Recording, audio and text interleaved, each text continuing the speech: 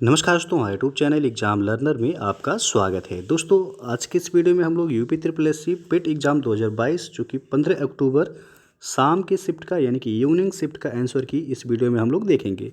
इसके पहले आपको मॉर्निंग शिफ्ट का आंसर की अपलोड कर दिया गया है जीएस और करंट अफेयर्स का, तो उसे आप लोग जो है देख सकते हैं। जिनका मॉर्निंग शिफ्ट में होगा वो आंसर की जो है मिला के अपना जो है क्वेश्चंस सही कर सकते हैं। और इस वीडियो में हम लोग जो है शाम के पाली का 15 अक्टूबर 2022 को जो पिट का एग्ज़ाम हुआ था उसका आंसर की देखेंगे। तो चलिए जो है ये देख सकते हैं आप, ये शाम के शिफ्ट का है यानी कि 15 अक्टूबर 2022 इवनिंग शिफ्ट का ये पेपर है। तो इसमें पहला क्वेश्चन है, निम्नलिखित में से किस राज्य सरकार ने 5,000 रुपये की काशी यात्रा सब्सिडी योजना शुरू की है? तो इसका सही आंसर हो जाएगा सी ऑप्शन, कर्नाटक। दूसरा प्रश्न पूछा गया था, जून 2022 में भारत ने निम्नलिखित में से किस देश के साथ कॉमनवेल्थ डिप्लोमेटिक एकेडमी प्रोग्राम की घोषणा की है?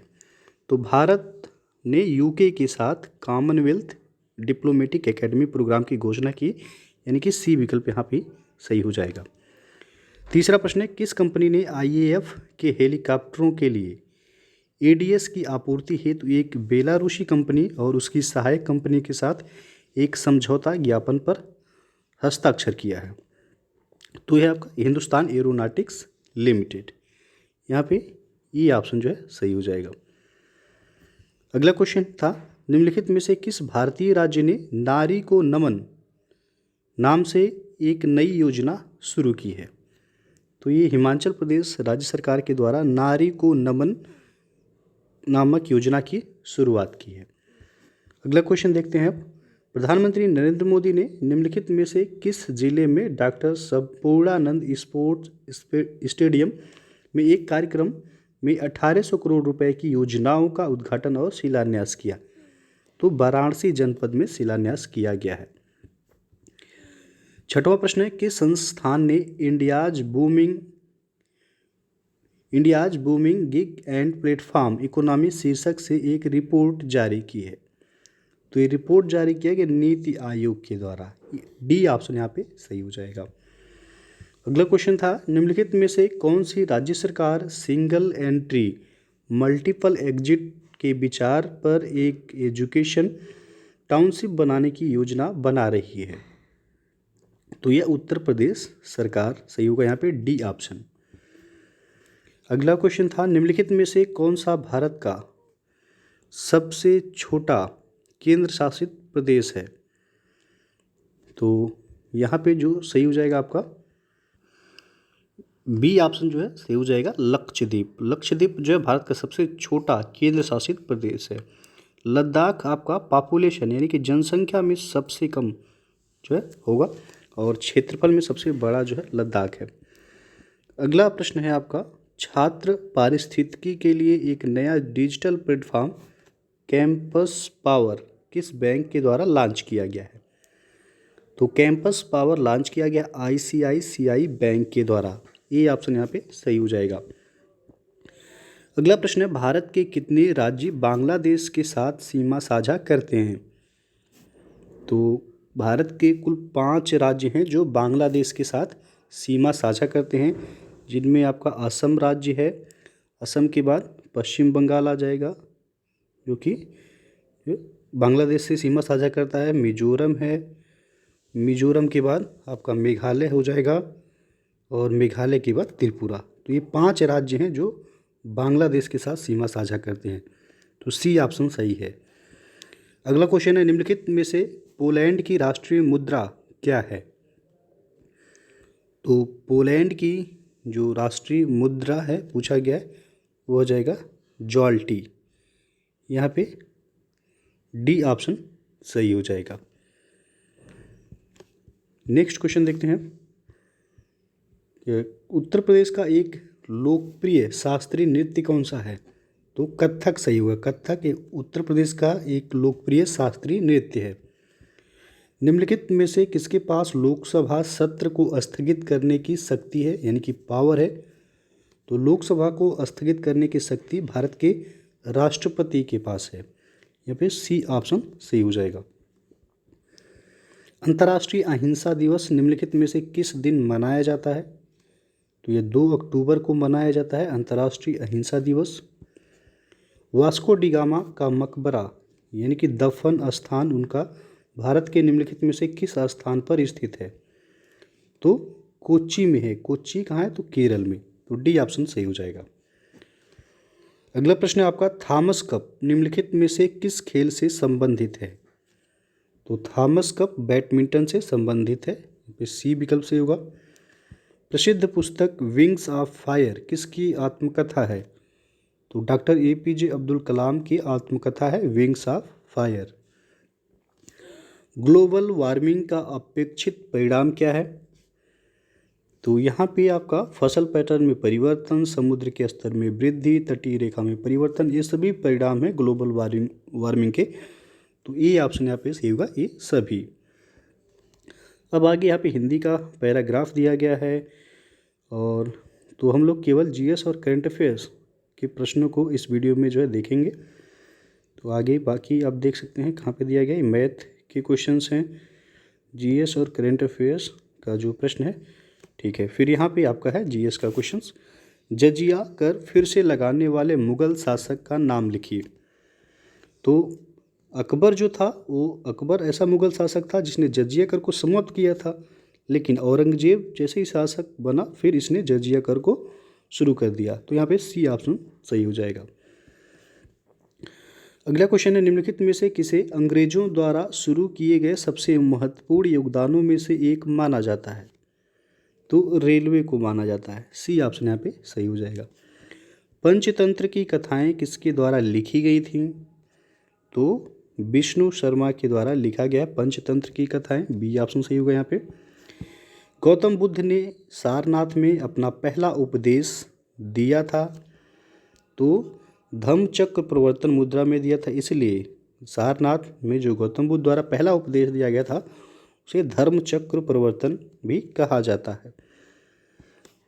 अगला प्रश्न अब है, निम्नलिखित में से किस शासक के दरबारी कवि हरिशेर थे? तो समुद्रगुप्त के दरबारी कवि थे हरिशेर। सी ऑप्शन यहाँ पे सही हो जाएगा। अगला जो प्रश्न है, 1930 में महात्मा गांधी द्वारा सविनय अवज्ञा आंदोलन शुरू करने का कारण क्या था? तो नमक कानून तोड़ने के लिए दांडी मार्च। यहाँ पे डी ऑप्शन सही हो जाएगा। अगला क्वेश्चन है आपका कि निम्नलिखित में से कौन सा 1857 के विद्रोह का परिणाम था? तो यहाँ पे ये विकल्प सही होगा कि ईस्ट इंडिया कंपनी की शक्तियों को ब्रिटिश क्राउन में हस्तांतरित कर दिया गया। 1857 की क्रांति के बाद थी जो ब्रिटिश कंपनी की शक्ति थी उसको ब्रिटिश क्राउन के हाथों में सौंप दिया गया। अब जो है भारत में वायसराय होते थे पहले, 1857 की क्रांति के बाद जो है गवर्नर जनरल होते थे, लेकिन जैसे ही 1857 की क्रांति हुई, जब ईस्ट इंडिया कंपनी की सत्ता को ब्रिटिश क्राउन को सौंप दिया गया तो भारत में वायसराय की नियुक्ति की गई। तो यहाँ पे ये ऑप्शन सही होगा। अगला क्वेश्चन है आपका कि निम्नलिखित में से कौन पृथ्वी का सबसे बड़ा अंतःस्थलीय जल निकाय है? तो हो जाएगा कैस्पियन सागर। डी ऑप्शन यहाँ पे सही हो जाएगा। और निम्नलिखित में से कौन स्वतंत्र भारत का पहला भारतीय गवर्नर जनरल था? तो स्वतंत्र भारत का पहला भारतीय गवर्नर जनरल पूछा गया, सी राजगोपालाचारी। डी ऑप्शन सही हो जाएगा। यदि प्रश्न पूछा था कि कौन स्वतंत्र भारत के पहले गवर्नर जनरल थे, तब आपका माउंटबेटन सही होता, लेकिन यहाँ पे पूछा गया स्वतंत्र भारत का पहला भारतीय गवर्नर जनरल। ये प्रथम भारतीय गवर्नर जनरल भी थे और अंतिम भारतीय गवर्नर जनरल भी थे, सी राजगोपालाचारी। डी ऑप्शन यहाँ पे सही होगा।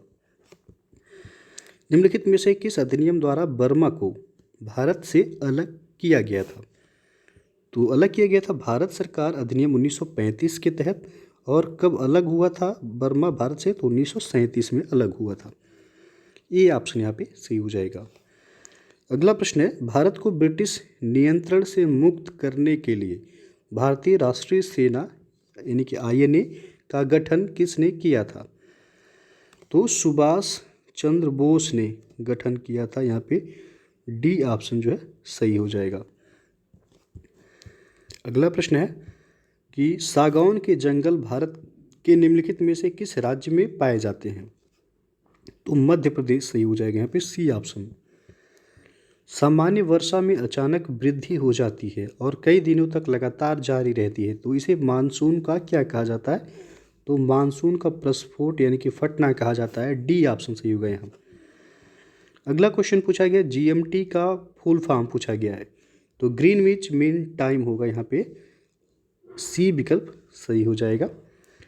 और अगला प्रश्न है प्रति 1000 लोगों पर जीवित जन्मों की वार्षिक संख्या को किस नाम से जाना जाता है? तो यह जाना जाएगा आपका कुल प्रजनन दर। यहाँ पे डी ऑप्शन जो है सही हो जाएगा।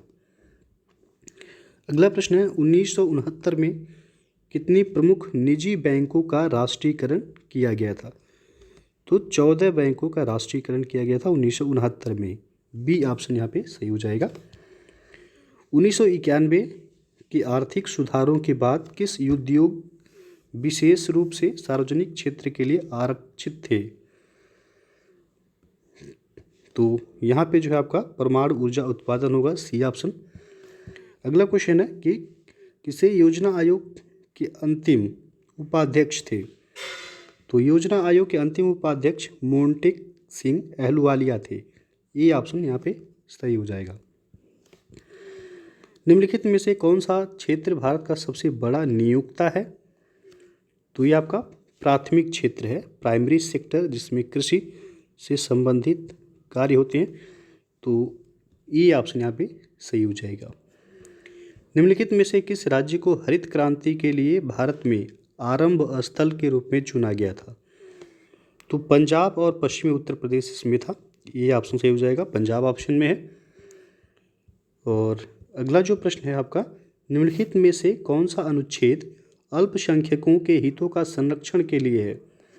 तो अनुच्छेद 29 में अल्पसंख्यक के हितों का संरक्षण से संबंधित वर्णन किया गया है।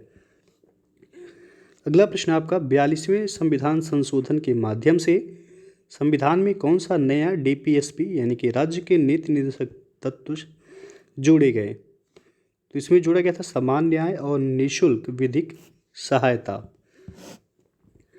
अगला क्वेश्चन है निम्नलिखित में से कौन सा मौलिक कर्तव्य है?